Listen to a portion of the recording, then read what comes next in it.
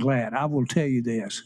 If there's a human breathing that I've ever met that I'm proud that took advantage of me financially, I'm proud it's the one sitting to the right.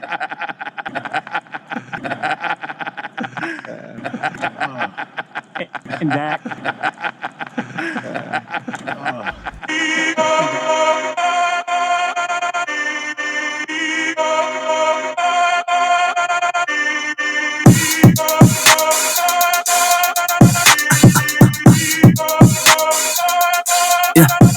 Check.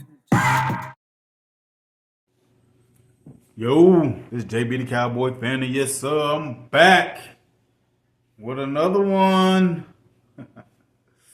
And yeah, so my last couple of videos, I've just been getting a lot of chit chat in the comments about my views on Trey Lance and Dak Prescott.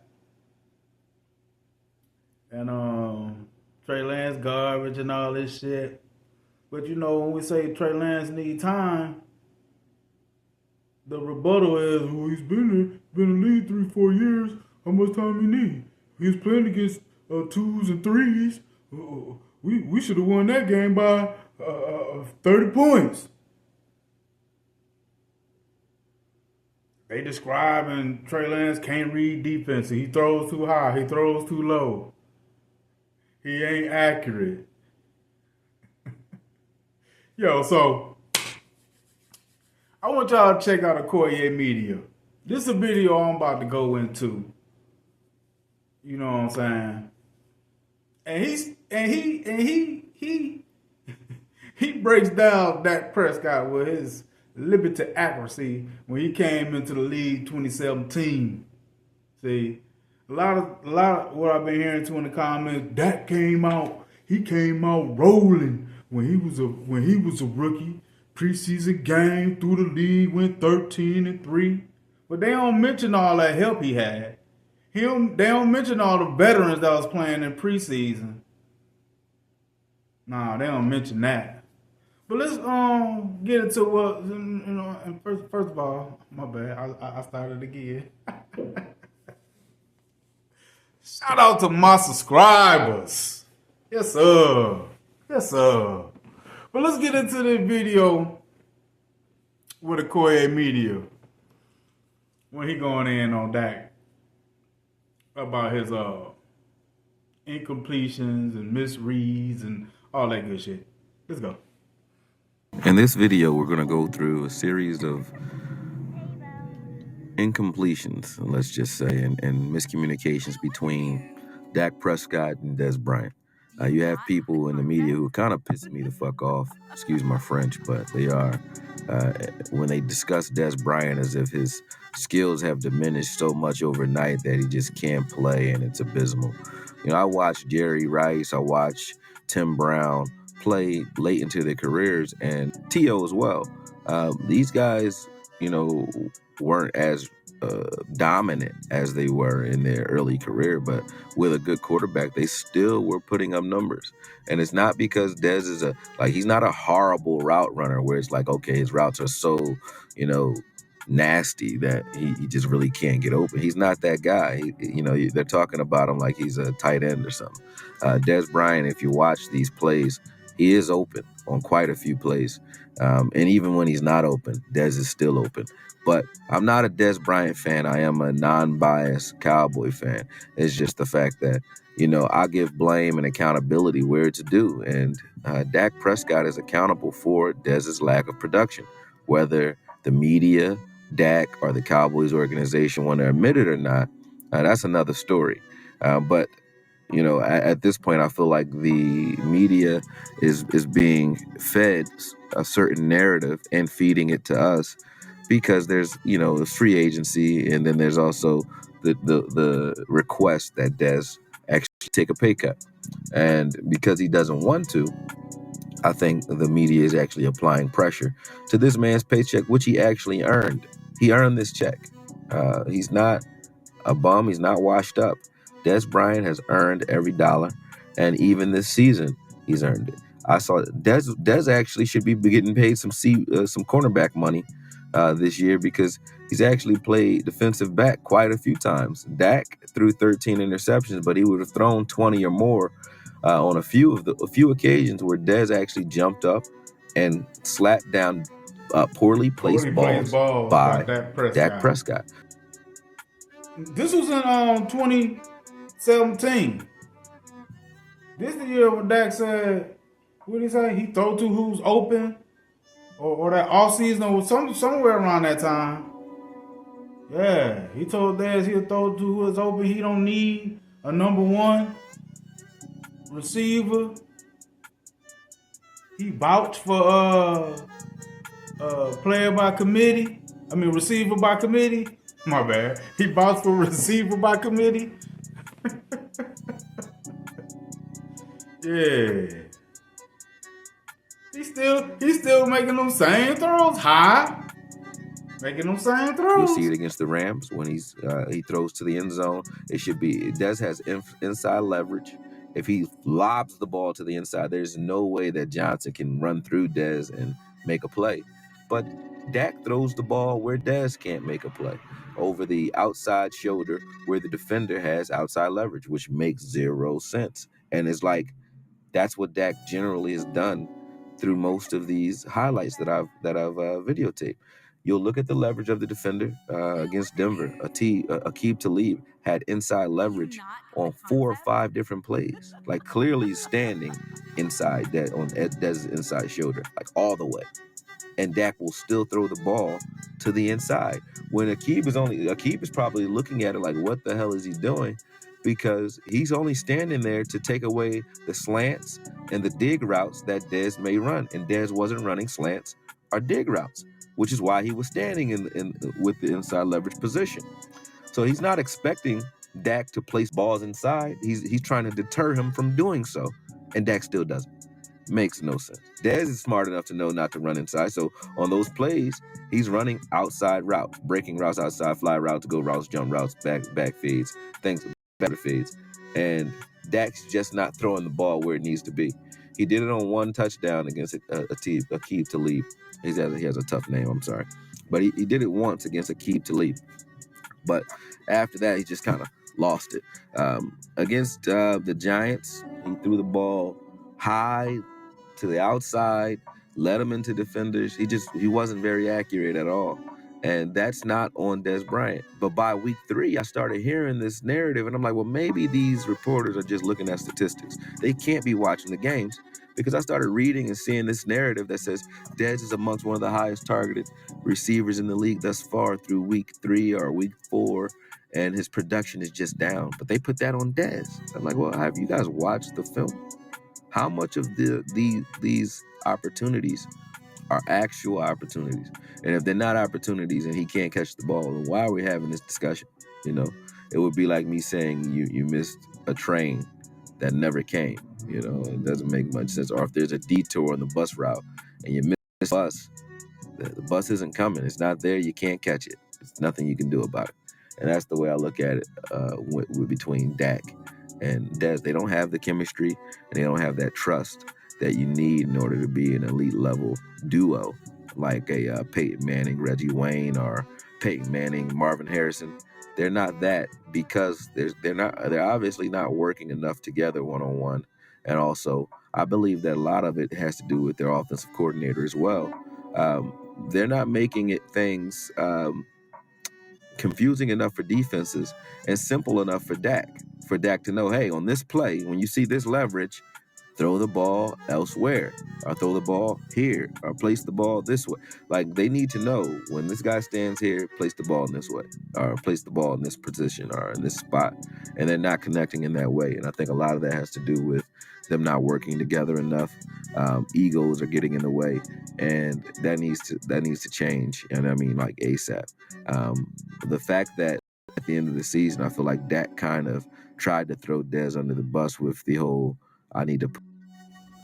So with that being said, with what Corey was saying about placement of the ball with Dak with Dez, let's look at some video of Dak's interceptions, and y'all tell me You know what I'm saying? Some of these throws he was making in 2016, 2017, 2018.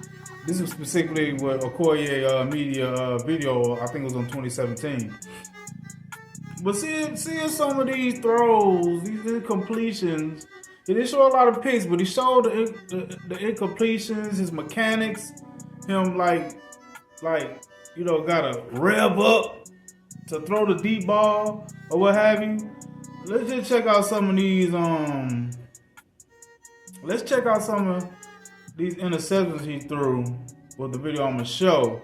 But you can see with some of them incompletions from McCoy's media video, you can line up the throws to the interception. 26-yard line, the Bucs bring 4. Check them out real quick. Prescott escapes, throws on the run, throws an interception to Winfield. Antoine Winfield Jr. stays in bounds. Trying to get into Brett Maher's field goal range. Only one timeout and an interception. He was looking for CeeDee Lamb, and Eddie Jackson comes up with a pick.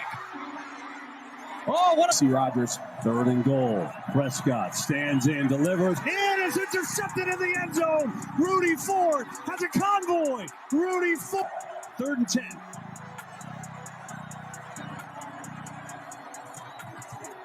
Prescott over the middle, and it's intercepted again. It's Ford again. Near side, has a block. Rudy Ford inside the 30. Strong and dynamic explosive runner. Prescott, some pressure coming far side of the field, and it's 3rd down. Have to get to the 20. Prescott, pressure, throws, and it's intercepted. Julian Love has it off the rebound. Love. It's to stay around in this one. Dak protected so well. Gilmore with the pick. No flag. Fans wanted it. There was a lot of contact. Gilmore inside the 20. $100 million a year. You could try a little on that. Deflected, and it's intercepted. Trayvon Smith off the deflection with the pick. Allowed by Dallas this year, fewest in the NFL. And now Dak in the end zone. It's intercepted. Picked off and down inside the 5. 2nd and 18. Prescott in trouble again. Running away and looking, and it's high, and it's intercepted. Blitz coming. Prescott throws backwards and intercepted. Jenkins has another one. Racing down the sidelines. Rayshon Jenkins is going to win it. Open the field up a little bit. This Dallas passing game gets even better. On the fake, Prescott low roll out, and it's intercepted by Sweat. Josh Sweat breaks a tackle. Sweat is going to score. And every week with that knee. From the 48, rifles one, juggle, and then pick. Almost in range at the moment as Prescott retreats. Again, protecting, and meanwhile, another interception.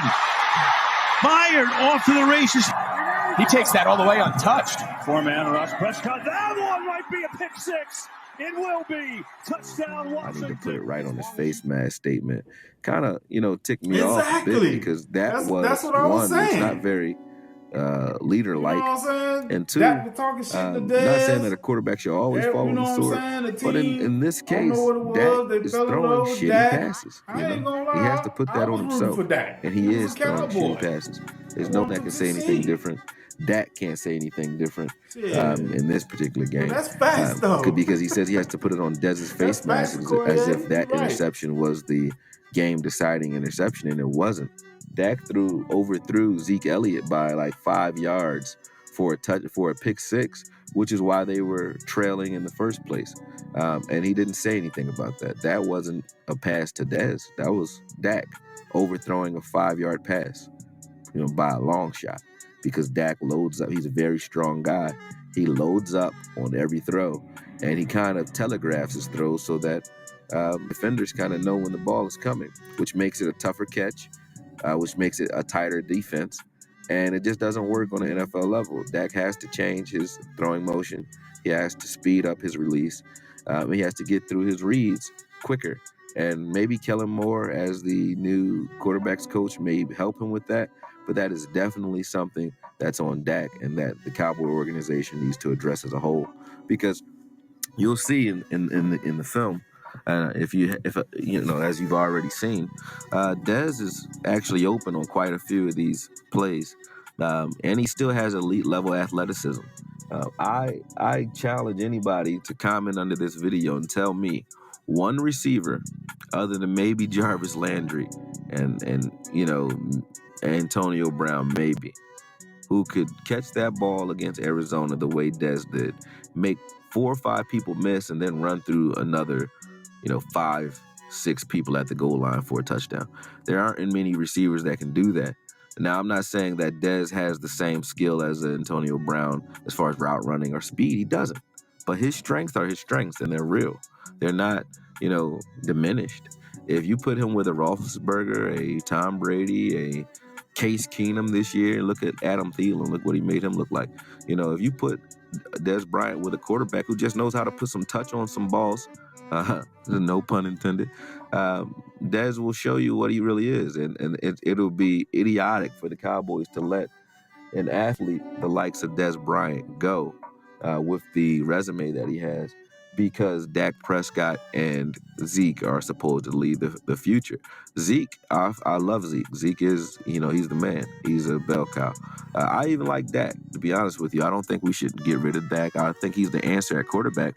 I think that we just need to hold him accountable, and he needs to hold himself accountable and mature a little bit and start working with his receivers, not just motivating them, not just sounding like a quarterback, looking like a quarterback, throwing hard to show that you have an arm of a quarterback, but using your mind and your people skills in order to connect with a receiver who obviously is receptive to it, because he and Romo didn't have a problem, even though he has outbursts and all that. He and Romo didn't have a problem because Romo knows Dez and knows where to place the ball.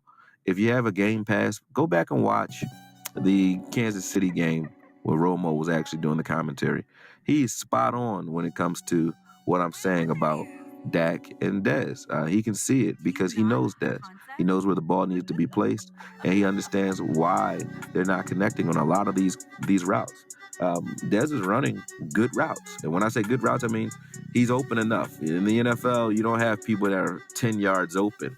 Not even Antonio Brown is 15 to 10 yards open on every play. That just doesn't happen. Odell either. They're making circus catches, but the ball is being placed where they have an opportunity to do what they do. And Dez can do it with the best of them. He high point a ball like nobody's business. He's like an eagle out there. And I really still feel that he could still do that. And I feel like someone needs to speak up, because when I'm looking in the media, I don't see an honest representation of what's going on the field. And to me, that's just not fair to railroad someone and not give both sides of the issue. Even when they show highlights, they only show the 5 or 6 drops that were blatant drops by Dez. They show those, the lapses in communication or the lapses in concentration on Dez's part. They don't show the wild balls that Dak is throwing. They don't show those. And I don't know why, but if you did what I just did, it jumps right off the page to you, because honestly, I started this video or this recording trying to look at and evaluate Dez Bryant, not Dak Prescott. Wow. So really, he wasn't even trying to come at Dak. He just saw, like, hold on now, because I'm like, when at that time, I'm like, why? You know what I'm saying? What they talking about? Dez garbage. Dez ain't that. Dez, I know Dez, he was coming off that injury. But I was like, damn, he washed up, he threw already? Like, damn, that's kind of crazy. And then the fact that when he was looking at the film, he started seeing the inadequacies of Dak Prescott. See, he was coming off that 2016 season when he went 13-3, and everybody expected him to ball. And even when he lost Zeke, you could tell who should have won Rookie of the Year that season.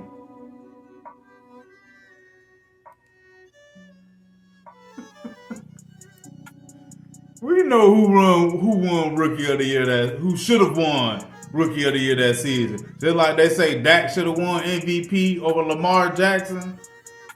Yeah, Zeke should have been Rookie of the Year that year. Dak was being carried by Zeke, Dez, with Terrence Williams. Yeah, he was being carried by that offense, especially the running game with Zeke. But yeah, the point him actually was going to trying to see what they were talking about with Dez, but he seen all the flaws in Dak. That tell you something right there, don't it? I was looking to see if Des Bryant really did fall off because his numbers are low and he's not playing to the best of his ability. So that's really how I set out to what I set out to prove was that. And as you can see, what jumps out is quite the contrary. So, go through the film, watch these miscommunications, and you'll see, like you're looking at right now, you'll probably see the Aqib Talib matchup. You'll see him and Jack Rabbit when they matched up. You'll see him versus the Packers, Dez versus the Packers. A lot of horrible balls there. A game that just really should stand out to anybody who watches football. And I'm talking about on a Pop Warner level. The 13 balls that were thrown to Dez against the Rams. Dez already caught 5 for 98 yards in that game.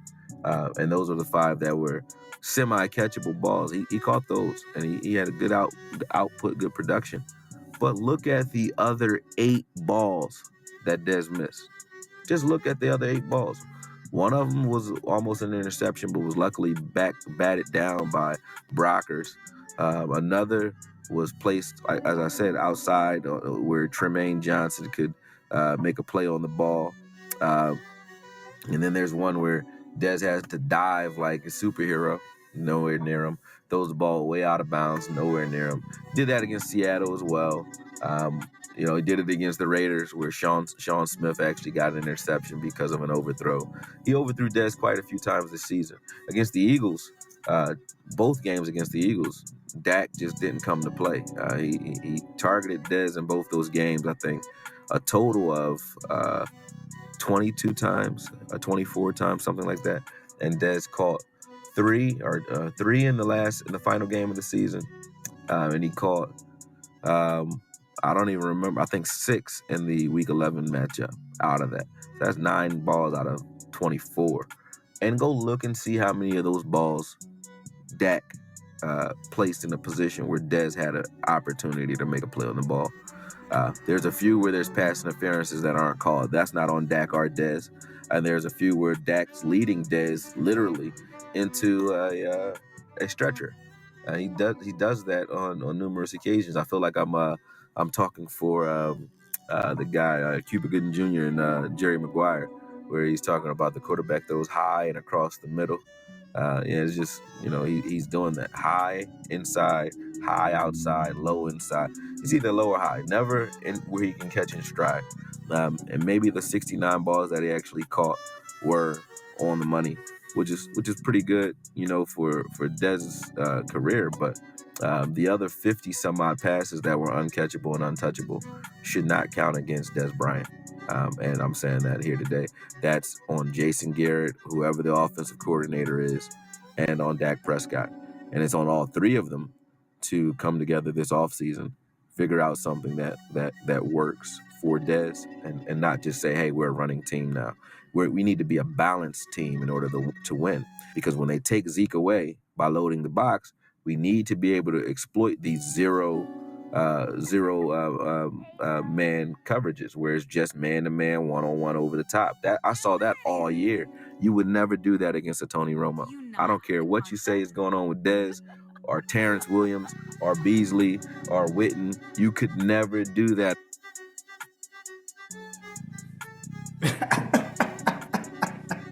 You heard him.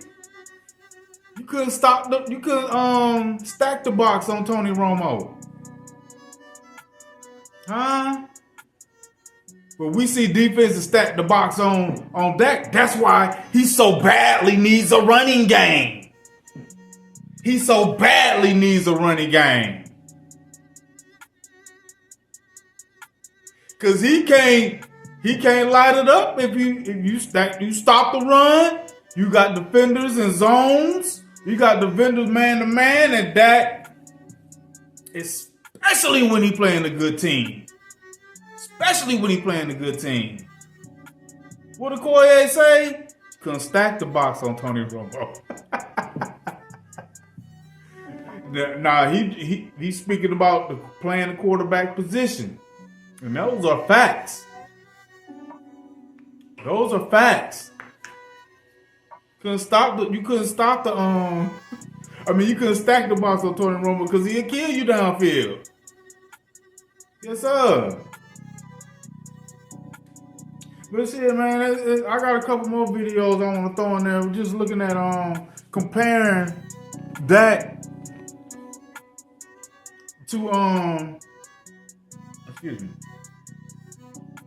Dak's earlier career when he needed grace and patience, you know what I'm saying, to develop, to be more accurate. But what's funny is it seems like we still waiting on his accuracy. So hold on, I'm gonna drop a couple little short little vids. I think it's gonna be more on his them playoff interceptions. But then, even if you look at those, and these is in the crucial time, when it matters the most. Even when we look at those,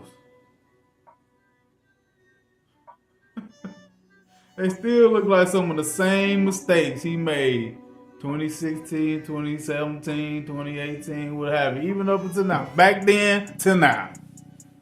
Let's get into them other videos. This one is picked. Telegraph pass, and it's Micah Hyde. Over 100 play there, over 100 yards on 7 receptions for Amari Cooper tonight.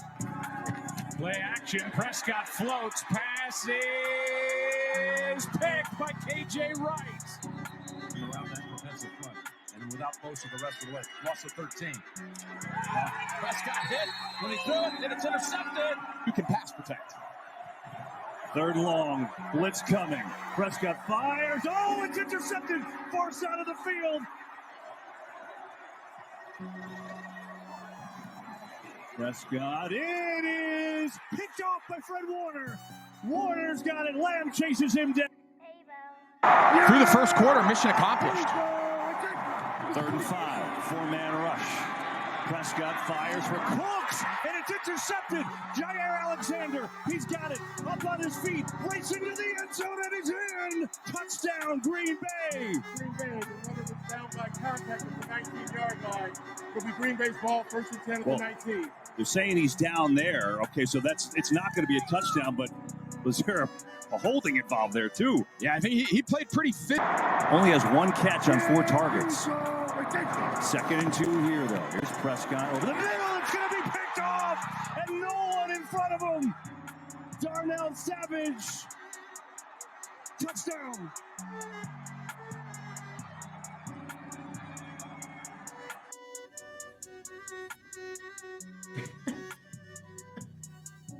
You can literally look at that early season. Look at it, preseason 2016, preseason 2017, when he got his start early. Now remember he even played preseason with the vets. So he would bump the starter off of injuries. So he got early repetition. He got that experience for real on playing, not sitting back watching, but playing. And all that, you can't sit up here and tell me, looking at Dak's game throughout the years, isn't he still doing the same shit he was doing 2016, 17, 18? Ain't he still doing the same shit? He not quick with the trigger. He not processing the defense on, you know what I'm saying, reading the defense pre-snap. It seemed like when he come out the huddle, he going with his first read no matter what. I thought he graduated a little bit in discerning defense, but if you look at the teams he played when it seemed like he graduated to being accurate and reading defenses, it'd be scrub teams. See? But when he go up against them good defense with them good the good defensive team that got a good coordinator and good players, a defensive coordinator got a good scheme with the players, to perform that scheme, oh, Dak is done. He's doo-doo. He's doo-doo. He can't come out of it. It's a done deal with Dak when he go up against a good team with a good defensive coordinator, with good players. Not even a high defensive coordinator, just having good players on the defense that are smart and know what to do. That's going up against a good team. He's garbage. Even to now, 2023, 2024, going into 2025, Dak still make the same mistakes as a rookie. Y'all see me in the comments. Yo, this is JB the Cowboy fan. I appreciate y'all for listening to me. Like and subscribe to the channel. Let's go, Cowboys. I'm glad. I will tell you this. If there's a human breathing that I've ever met that I'm proud that took advantage of me financially, I'm proud it's the one sitting to the right.